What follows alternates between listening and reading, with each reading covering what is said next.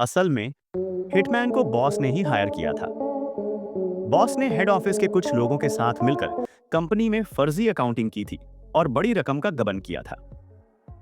अब जब बात खुलने का डर हुआ तो उसने हिटमैन को भेजा डॉक्यूमेंट रूम में मौजूद सबूत खत्म करने के लिए। लेकिन तभी एक शख्स दरवाजे पर गन ताने खड़ा था। हिटमैन को कोई टेंशन नहीं थी, क्योंकि उसने पहले ही गन से सारी गोलियां निकाल दी थीं। हालात बिगड़ते देख जैसे ही बॉस चुपचाप भागा, वो शख्स फुर्ती से दरवाजा बंद कर देता है। उधर टाइमर पर लगी इंसिनरी ग्रेनेड की काउंटडाउन खत्म होने वाली थी। हिटमैन उसे रोकने दौड़ा, लेकिन तभी धमाका हुआ। धुआं और आग पूरे रूम में फैल गई। हिटमैन सीधा लपटों की चपेट में आ गया और कुछ ही पलों में धुएं से बेहोश होकर गिर पड़ा। जैसे ही ये देखा, वो शख्स अपनी गर्लफ्रेंड की रोक-टोक के बावजूद दरवाजा खोलकर उसे बचाने दौड़ा। हिटमैन बेहोश पड़ा था। उसने अपनी गन फेंकी और आग बुझाने में लग गया। लेकिन जब उसने पलटकर देखा, हिटमैन गायब था। वो कुछ समझ पाता इससे पहले ही हिटमैन ने उसे जोरदार मुक्का मारा।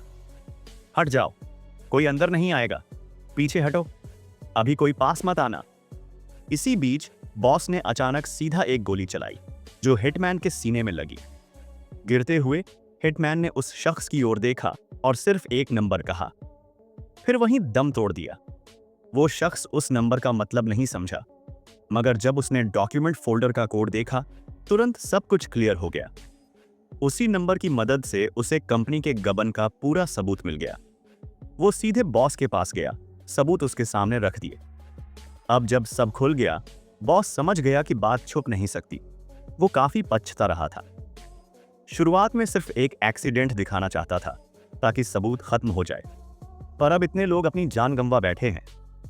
आखिर में उसका ज़मीर जागा और उसने वो फाइल उस शख्स को सौंप दी। इसके बाद वो चुपचाप खिड़की तक गया, जहां बाहर शहर की सुबह हो चुकी थी।